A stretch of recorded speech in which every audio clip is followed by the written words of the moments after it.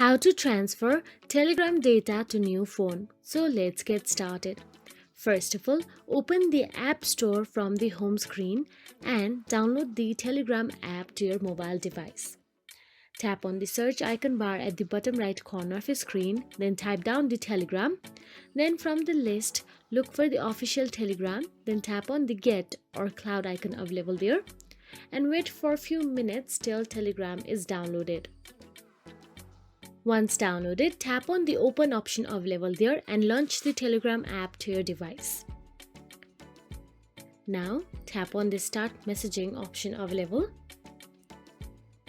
and enter the phone number of the same Telegram that you want to share or transfer data of to the new phone. Then tap on the OK option available there and you will be logged into your Telegram account. So, you don't need to do any external thing to transfer Telegram data to new phone. Telegram itself transfers their old data to the new phone easily just by logging in. So that is it. If you found this video helpful, please like, share and subscribe our channel, and thank you so much for watching.